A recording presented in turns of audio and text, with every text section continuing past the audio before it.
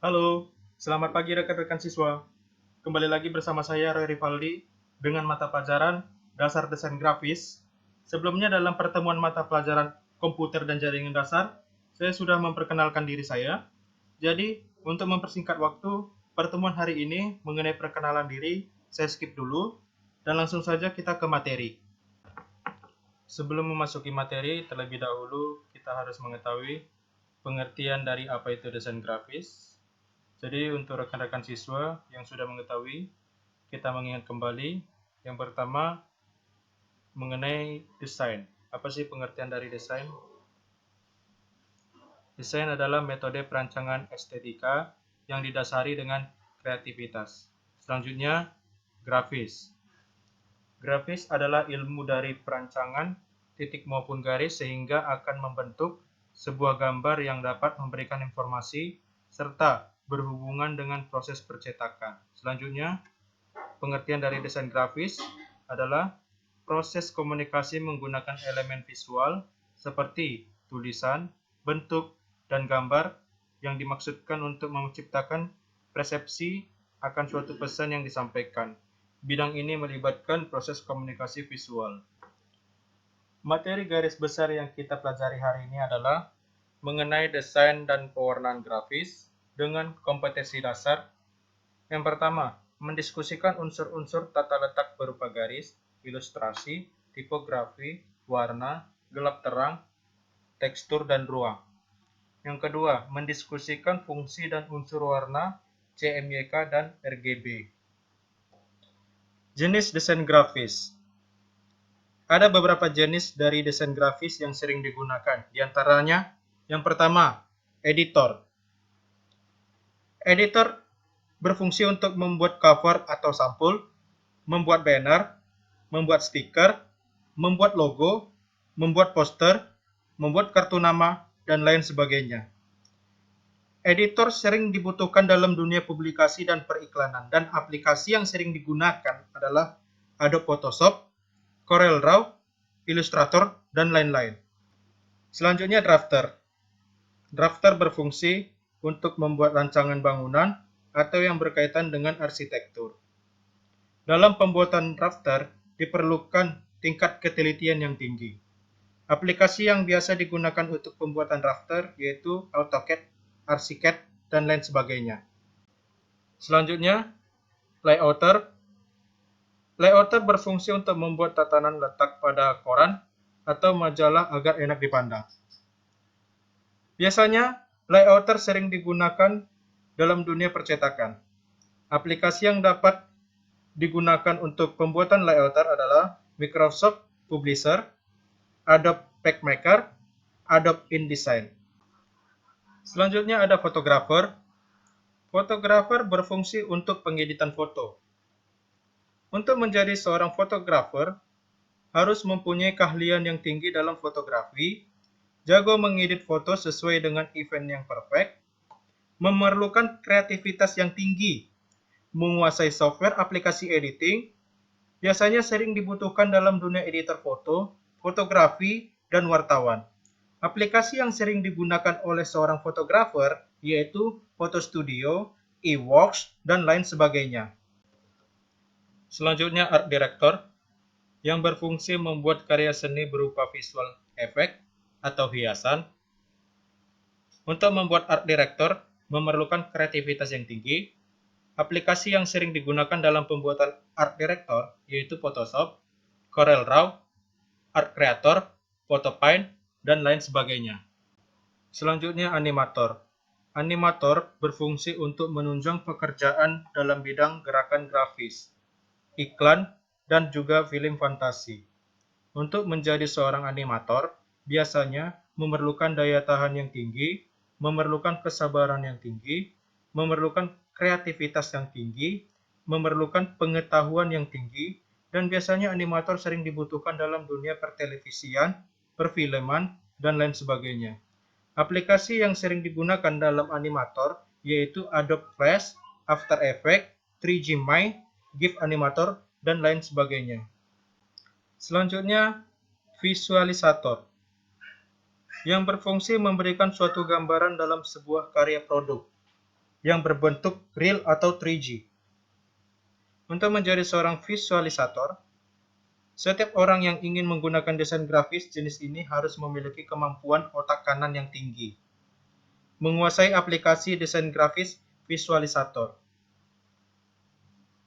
Dan biasanya visualisator ini sering dibutuhkan dalam dunia visualisasi produk dan presentasi produk. Aplikasi yang sering digunakan dalam visualisator yaitu 3G Max, AutoCAD, Digital Clay, dan lain sebagainya. Selanjutnya, video editor. Video editor berfungsi untuk mengambil film atau video sekaligus merangkapnya sebagai video penembak. Untuk menjadi seorang video editor memerlukan imajinasi yang tinggi. Biasanya, video editor sering dibutuhkan dalam dunia industri musik dan perfilman. Aplikasi yang sering digunakan untuk video editor yaitu After Effects, Sony Vegas, Video Studio, dan lain sebagainya. Dan selanjutnya, Integrator Designer. Integrator Designer berfungsi untuk mengedit film atau video sekaligus merangkapnya sebagai video penembak. Aplikasi yang sering digunakan yaitu Premiere Pro. Komponen desain. Komponen-komponen dalam desain grafis yang meliputi beberapa jenis unsur. Yang pertama, garis. Yang kedua, bentuk. Yang ketiga, gambar. Yang keempat, warna. Yang kelima, teks. Dan yang keenam, ruang. Untuk slide selanjutnya akan dibahas mengenai jenis unsur pada komponen desain. Garis atau line. Dalam kehidupan sehari-hari, rekan-rekan siswa pasti sering melihat bentuk garis, seperti di jalan, di rumah, di sekolah, ataupun di lingkungan sekitar. Lalu, apa sih pengertian dari garis itu? Garis merupakan rangkaian titik-titik yang tersusun dalam pola tertentu, bisa memanjang, mengombak, dan lain sebagainya, dan saling terhubung satu sama lain dengan tingkat kerapatan tertentu. Pada beberapa jenis software pengolahan grafis, garis sering disebut dengan outline pada CorelDRAW, strike jika menggunakan Photoshop atau Adobe Illustrator. Karakteristik utama garis adalah memiliki panjang, bentuk, warna, ketebalan, dan model.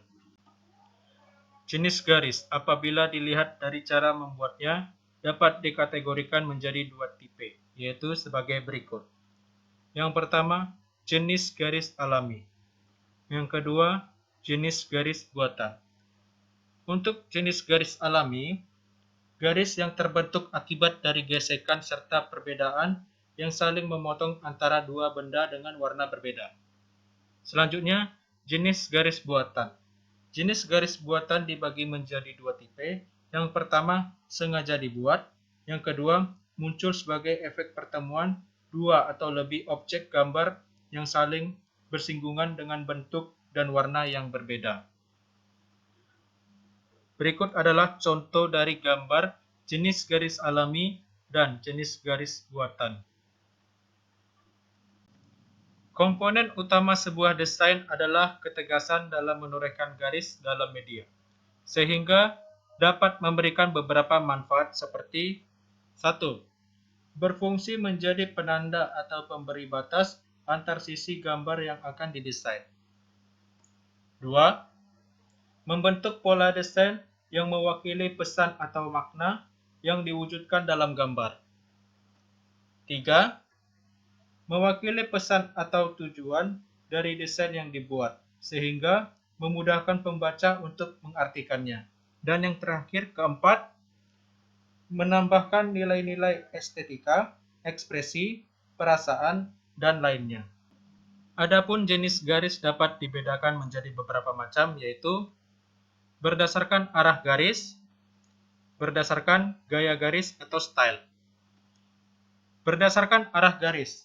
Untuk garis lurus vertikal memberikan kesan kestabilan, ketenangan, kekuatan, mewah, megah. Untuk garis lurus horizontal memberikan kesan sebuah kondisi yang relatif konstan, tenang, dan datar.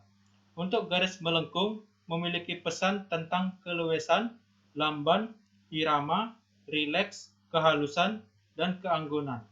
Untuk garis silang atau diagonal memberikan kesan ketidakstabilan, dinamika pergerakan, keraguan, dan ringan. Berdasarkan gaya garis atau style. Untuk garis kontinu menunjukkan ketajaman, konsistensi, berwatak keras, kaku, dan stabil. Untuk garis putus titik atau dot dash memberikan makna tentang ketakutan, keraguan, tersembunyi, bersifat teka-teki, dan misterius, serta memberikan irama. Untuk garis titik-titik atau dots menunjukkan keteraturan, keseimbangan, dan ketidakjelasan. Untuk garis kaligrafi bersifat lembut, ramah, damai, natural, dan lentur. Untuk garis ekspresif atau artistik lebih menitikberatkan pada sifat spontanitas, lebih berani, dan menyegarkan suasana. Untuk garis zigzag atau patah-patah berkesan memberikan semangat menggebu-gebu, panas, menunjukkan ketakutan, terkejut, dan menegangkan. Berdasarkan ujung garis, bisa dilihat di gambar. Di situ ada berujung tumpul, berujung lurus, berujung anak mata panah, berujung kotak, berujung lingkaran, berujung objek tertentu.